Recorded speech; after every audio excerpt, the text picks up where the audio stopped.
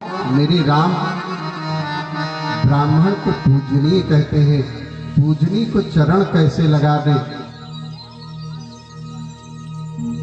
चरण कैसे छुला दे, बड़े संकोच में है।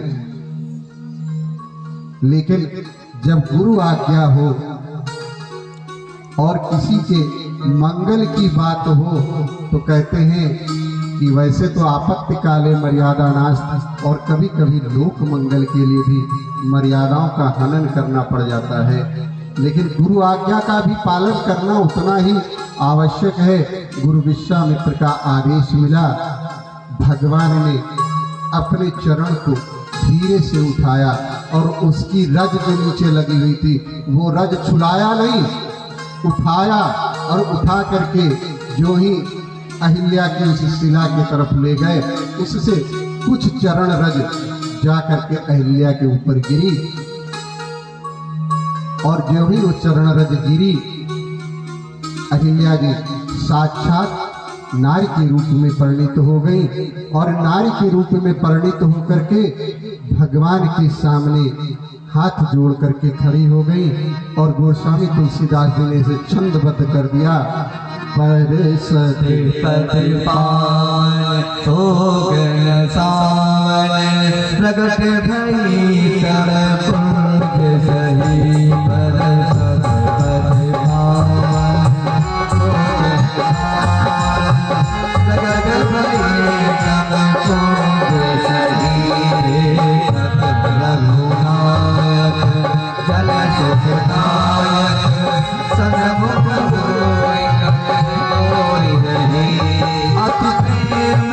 अधीरा पुलक शरीरा, अंत में धीरा पुलक शरीरा, मुख नहीं आवत बचन करी, अति सेवन भागी शरण लागे, जल भाई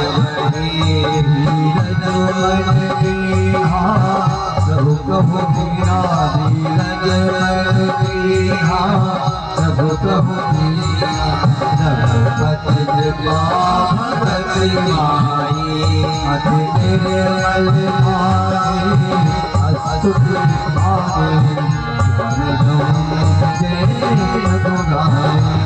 मैं अपार प्रभु जग पावन, मैं अपार प्रभु जग पावन, ऋतु जन सुखदारी, राजीव विलोचन मोचन सरन गाई, राजीव विलोचन अब मोचन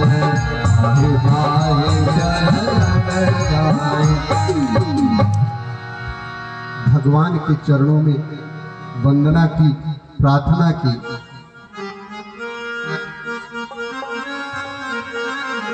और प्रार्थना करके आज मैया अहिल्या जो है भगवान से वरदान पाई,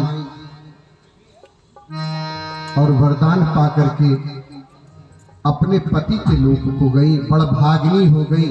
जिसको भगवान की चरण रज मिल जाए वो बड़ भागी। गोस्वामी तुलसीदास जी कहते हैं, यही भांति सिधारी गौतम नारी, बार बार हरि चरण परी, जो अति मनुभावा सोहर पावा, आनंद भरी। अहिल्या जी तो अपने पति के लोक गई, पर भगवान उदास हो गए। अभी जब गुरुदेव के साथ चले थे तो क्या थे, हरसी चले मुनि वर के संगा। जब धनुष यज्ञ का नाम सुना था, कहीं भी आप देखेंगे पूरी मानस में जब भी भगवान चले हैं तो हर्ष चले, हर जगह हर्ष चले, प्रसन्न होकर। वन को भी चले तो हर्ष चले। लेकिन आज भगवान थोड़ा मलिन हो गए। क्यों? उन्होंने कहा देखो कुछ भी हो, गुरु आज्ञा थी पर ब्राह्मणी को चरण हमारे लगाने पड़ गए तो मुझसे कुछ पाप सा हो गया। तो उसके पश्चाताप के रूप में भगवान थोड़ा सा दुखी हो गए, मलिन हो गए। तो गुरुदेव फिर लेकर के उनको गंगा जी के किनारे पहुंचे और गंगा जी में स्नान किया है प्रभु ने। तब प्रभु ऋषि समेत नहाए, विविध दान मही देवन पाए। गंगा जी में स्नान किया, पाप तारिणी गंगा में स्नान करके अपने को शुद्ध अंतःकरण पा करके भगवान ने विप्रों को बहुत दान दिया। और जब फिर गंगा जी के पास से चले हैं तो गोस्वामी तुलसीदास जी कहते हैं, हरसी चले मुनि रंध्र सहाया, हरसी चले मुनि रंध्र सहाया, हरसी चले मुनि रंध्र सहाया। नगर में आया,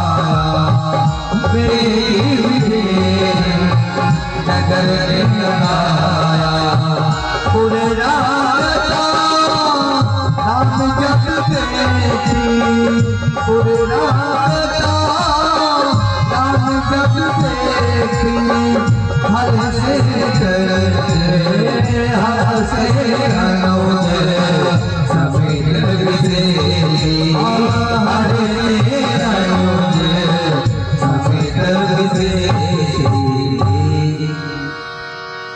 राम जी जब चले हैं कुछ ही समय में जनकपुर पहुंचे विदेह नगर में, तो वहां की वाटिकाएं बहुत सुंदर हैं, सब फलित हैं। वहां पर बहुत से पक्षी करलव कर रहे हैं। राम और लक्ष्मण देख करके आनंदित हो गए। जा रहे हैं तो मार्ग में देख रहे हैं कि नगर में बहुत से बाजारें हैं, वहां बहुत धनी लोग बैठे हैं, व्यापार कर रहे हैं। ये सब देखते हुए जनकपुर में राम जी चले और चलते चलते जब एकदम जनक महल के कुछ दूर पर एक आम का बाग है।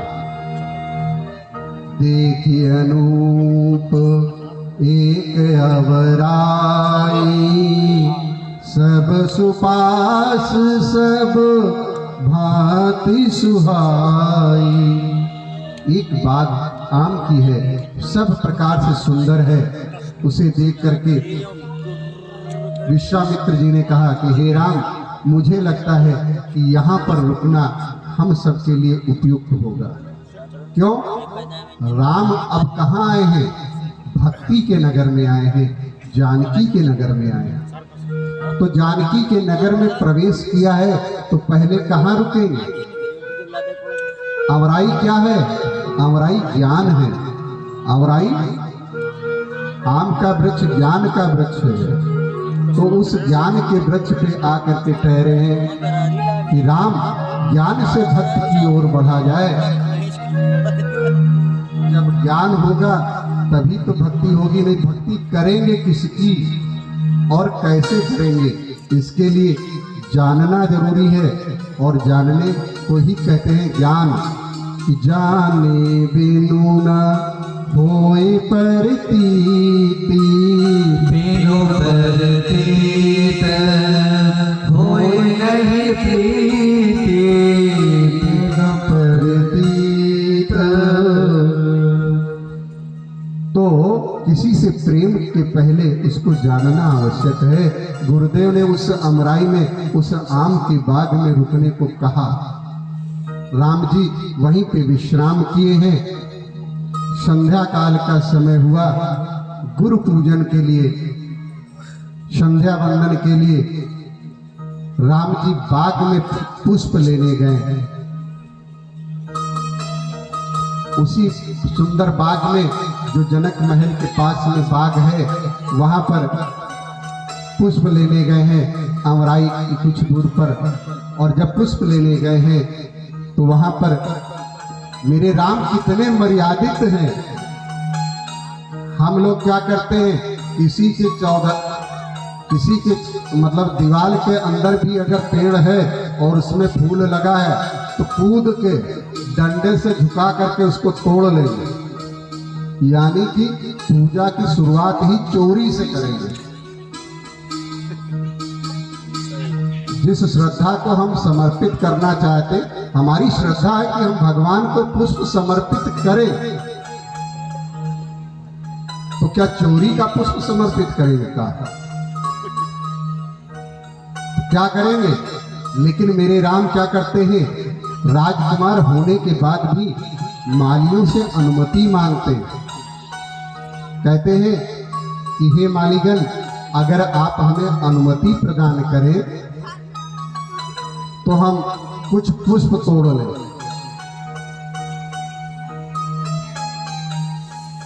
तो जनकपुर के जो माली हैं, मालीगण, वो क्या कह रहे हैं? कह रहे कि प्रभु सब कुछ तो ठीक है, लेकिन हम आपको बाग के बीच में जाने ना देंगे। कहते क्या है? बगिया बिच जाने न दैनो रघुबर बिनती सुनो, बगिया बिच जाने न देनो, राम जी बिनती सुनो, बगिया बिच जाने न देनो, राम जी बिनती सुनो। चल बोल तोरे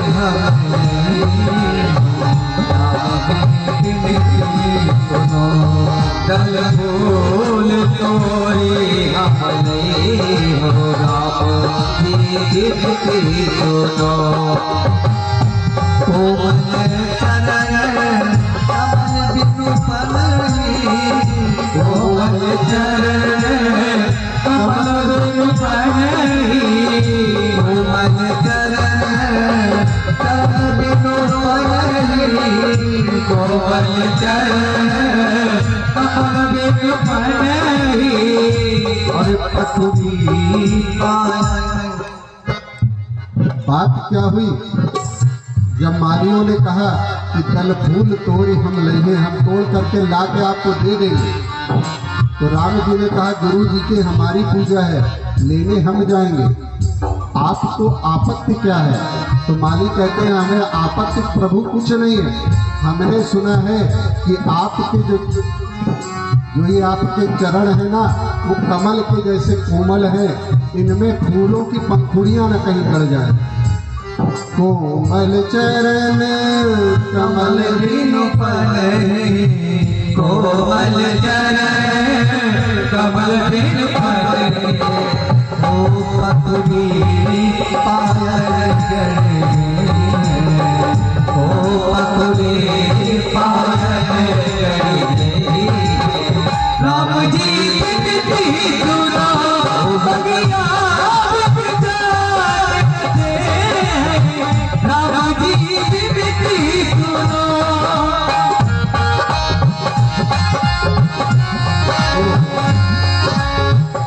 राम जी ने कहा कि बात तो सही है कि चलो हमारे पैरों में गड़ेंगे तो पैर हमारा, आपको कष्ट नहीं होना चाहिए, हमें कोई तकलीफ नहीं, गड़ जाने लगे।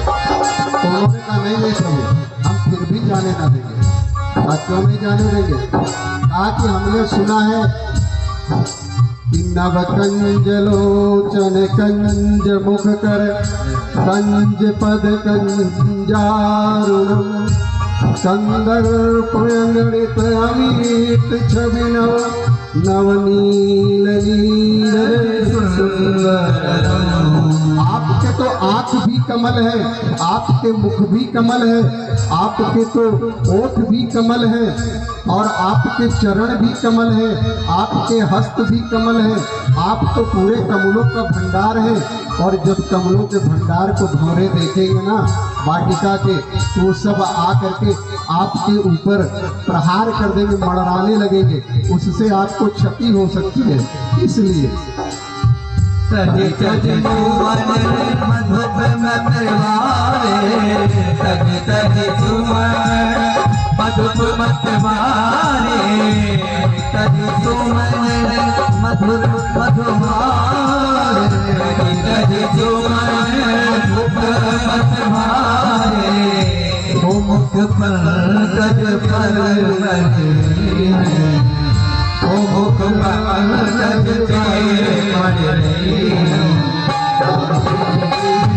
सुनो भगिया राम जी बिनती सुनो भगिया राम जी बिनती सुनो।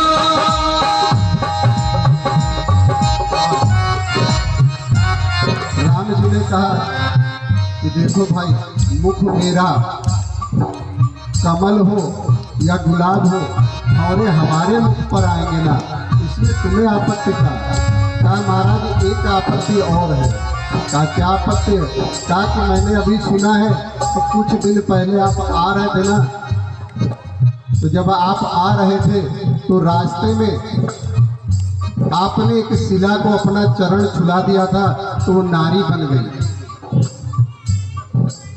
हमने सुना है कि आपके चरण रज छूते ही नारी बन गई, और जब नारी बन गई तो यहाँ पे आप जब पुष्प लेने जाएंगे ना गुरुदेव की पूजा के लिए, तो आप तालाब के किनारे जाएंगे हाथ धुलने के लिए, और जब चरणों में इतनी आपके रज में इतना ज़्यादा है तो हाथों में क्या होगा? ऐसा ना हो आप फूल तोड़ने लगे और सारे पेड़ गायब हो जाएं, तो मेरी तो जान पे बनाएगी मालिक। तो सरकार, इसलिए हम आपको जाने नहीं देंगे। कहते हैं चरण छुअत गई शिला प्रभु चरण छुअत मुड़े गई शिला प्रभु चरण छुअत मुड़े गई शिला प्रभु चरण छुअत मुड़े गई शिला प्रभु चरण छुअत गई शिला प्रभु कर छुअत कपड़ोरी है आकर जोड़ कपड़ोरी राम जी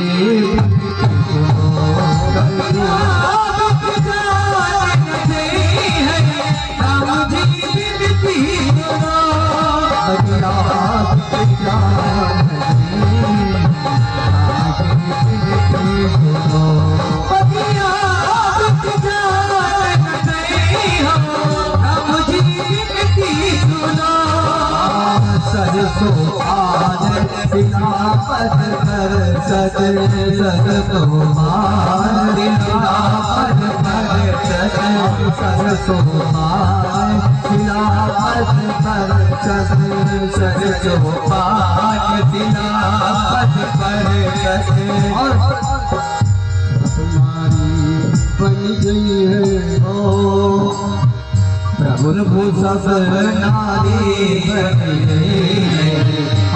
प्रभु सब नारी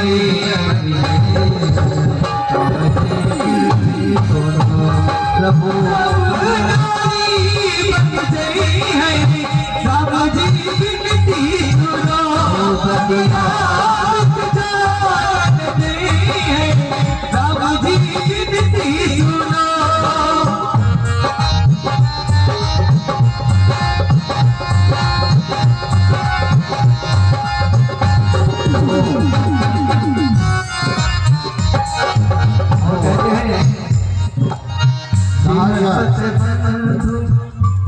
दोनों बातें सुन करके दोनों भाई हंसने लग गए, और हंसने लग के पूछा कि ये बताओ, मुख मेरा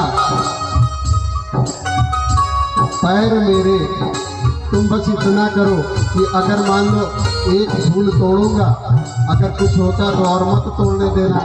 लेकिन लक्ष्मण जी ने हंस करके कहा कि प्रभु यहाँ पे तो बाधा ही बाधा है, कोई हल नहीं है। तो राम जी ने माली से पूछा कि आप बताइए कि कोई हल भी है या खाली सारी समस्याएं ही हैं? तो हल में उन मालियों ने कहा कि आपको मालूम है आप कहाँ हैं? आप मिथिला में हैं, और मिथिला में क्या होता है, रामचंद्र जी की जय नहीं होगी, यहाँ पे क्या होगा, बिहसत बंधो सुनि बतिया, बिहसत बंधो सुनि बतिया, बिहसत बंधो सुनि बतिया, जब बोलोगे सिया की जय, जब बोलोगे सिया की जय, सिया की जय, सिया की जय। आप सब भी जब सिया जी की जू बोलेंगे तो आगे बढ़ेगा, नहीं चलता रहेगा, चलता रहेगा ना भैया सूरज, तब तक चलता रहेगा ना, और क्या? जब तक सब सिया जी की जू नहीं बोलते। जब बोलोगे सिया की जय, जब बोलोगे बोलते रहेंगे, जब बोलोगे सिया की जय, जब बोलोगे सिया की जय, बोलो जब सिया जी की जय जय, जब बोलोगे सिया की जय, क्या होगा, ओ तब ही प्रभु प्रभ कर पाए, ओ तब ही प्रभु प्रभ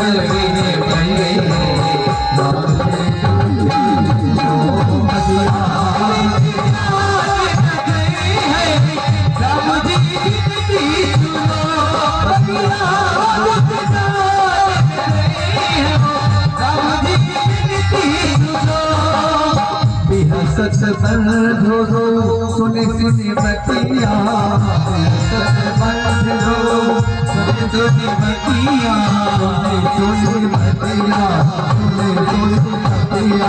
सुनि बतिया, सुनि बतिया, सुनि बतिया, सत बंधो सुनि बतिया, सत बंधो सुनि सुनि बतिया,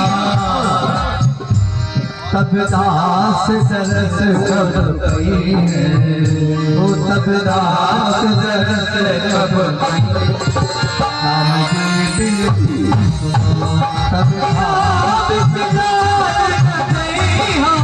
कब कही,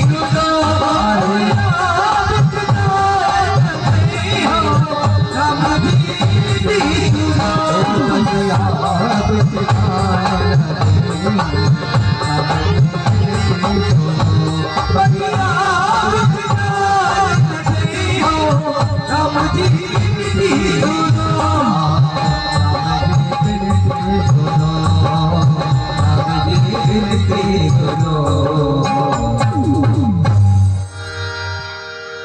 मालियों से प्रार्थना करके, मालियों ने जब कहा तो लक्ष्मण जी और राम जी हंसने लग गए। राम जी ने कहा, लक्ष्मण सुन रहे हो, मैं कैसे जय बोल सकता हूँ? तो लक्ष्मण जी ने कहा, प्रभु मन में तो हमेशा बोलते हो, एक बार मुंह से बोल दोगे तो क्या होगा।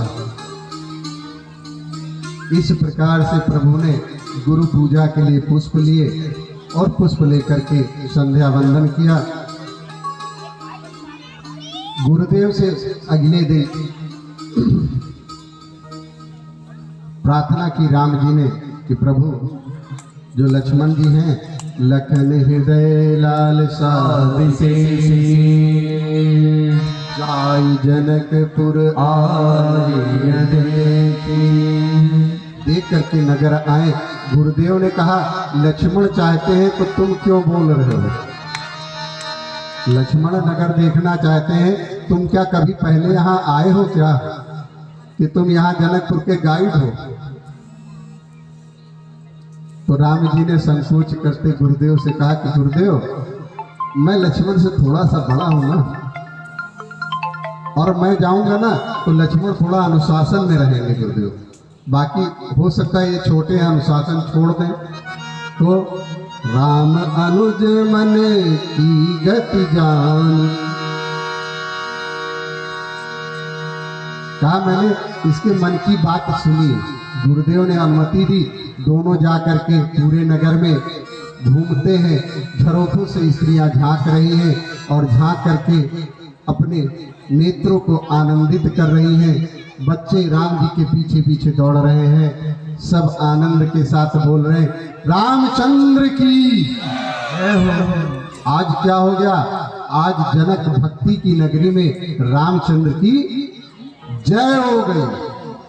और गोस्वामी तुलसीदास जी कहते हैं, जाय देखिया बहु नगर सुख निदान दो भाई, करहु सफल सबके नयन सुंदर बदन दिखाए।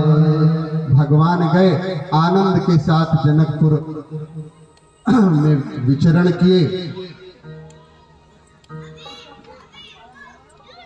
और अगले दिन प्रातःकाल पुनः राम जी पुष्प वाटिका में गुरु के लिए पुष्प लेने गए। उससे पहले सायंकाल की संध्या करके सोए और सोने का क्रम क्या हुआ कि सबसे पहले गुरुदेव विश्राम कर रहे हैं तो राम जी चरण दबाए। गुरुदेव ने बार बार जब कहा तो राम जी विश्राम में गए और जब राम जी विश्राम में गए तो लक्ष्मण जी राम जी के चरण दबा रहे हैं और राम जी के चरण दबाते दबाते राम जी ने जब बहुत बार कहा तो लक्ष्मण जी जा करके लेटे और सुबह जो ही अरुण शिखा का नाद हुआ अर्थात मुर्गे की बांग हुई, लक्ष्मण जी उठ गए, जगे नहीं उठे। गुरुते पहले जगतपति जागे श्री भगवान, भगवान तो जागे और लक्ष्मण जी उठे। उठे लखन सोने, अरुण शिखा की ध्वनि सुन करके लक्ष्मण जी तो जाग गए, उठ गए और राम जी गुरु जी से पहले उठे, बाद में गुरु जी उठे। सबने मज्जन पान किया, गुरु की पूजा के लिए पुष्प लेने गए। और आज जब पुष्प लेने गए हैं तो जब पुष्प ले रहे हैं राम जी, तभी राम जी के कानों में एक ध्वनि पड़ी और वो ध्वनि काहे की थी? वो ध्वनि थी जानकी जी की पायलों की ध्वनि थी। जब मैया जानकी के पायलों की ध्वनि सुनाई दी तो राम जी उस तरफ देखने लग गए और मैया करने क्या आई है उस वाटिका में? मैया को मां ने प्रतिदिन गौरी पूजन का आदेश दिया है, यानी कि जिनकी बच्चियों का विवाह ना हो रहा हो वो सब नित्य प्रति गौरा पूजन किया करे, माँ गौरी को पूजन उनका किया करे, अच्छे सौभाग्य की प्राप्ति होती है। तो आज जानकी जी माँ गौरा के पूजन के लिए जाती हैं तो और शोभा निरख सुहावन पावन लागत भली, और गौरी पूजन पधारी श्री जनक लली। गौरी पूजन पधारी श्री जनक लली, शोभा निरख सुहावन पावन नयन भली, शोभा निरख सुहावन पावन नयन भली। ओ गौरी पूजन पधारी श्री जनक लली, गौरी पूजन पधारी जनक लली। जानकी जब पूजन के लिए पधारी है और उनकी ऐसी शोभा सुंदर शोभा है कि सुंदरता को सुंदर कर रही है, जो सुंदरता को भी सुंदरता प्रदान करती है, ऐसी माँ जानकी है। और जब चल रही तो कर क्या रही है? कमल डोलावत कमल डोलावत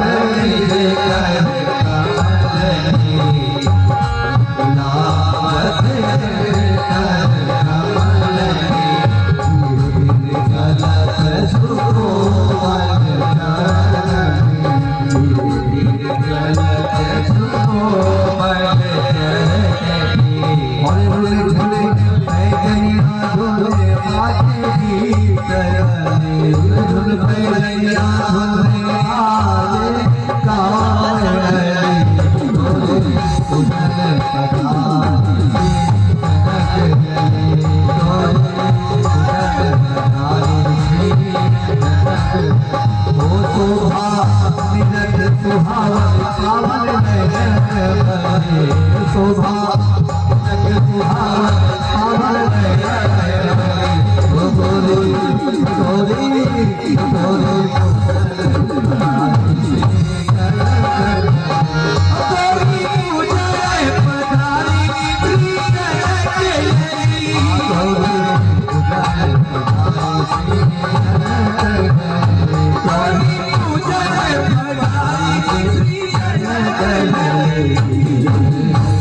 जानकी जी बाग में पहुंची हैं, मैया गौरा का पूजन कर रही है और पूजन करती हैं। तभी उसमें से एक सखी निकल करके उस बाग की ओर जाती है जहाँ राम जी हैं। वो राम जी को देख करके कुछ देर खड़ी रह गई, स्तब्ध रह गई मेरे राम को देख करके, और फिर बड़े मुश्किल से अपने को संभाल करके दौड़ती हुई आई। कहा, जानती हो सिया, इस उपमा में वो दो राजकुमार आए हैं जिनकी कल से नगर में बड़ी चर्चा है।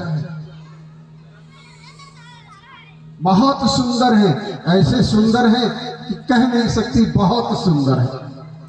तो मैया जानकी के अंदर भी लालसा होगी कि लग रहा है कि नारद जी का वचन अब सत्य होने वाला है, मेरे भगवान आ गए हैं, मेरे प्रभु आ गए हैं। तो जानकी जी भी राम जी के दर्शन के लिए चली, और जब चली है तो एक लता बीच में है, उसकी ओट से जानकी जी देख रही हैं और इधर राम जी हैं, और दोनों ने एक दूसरे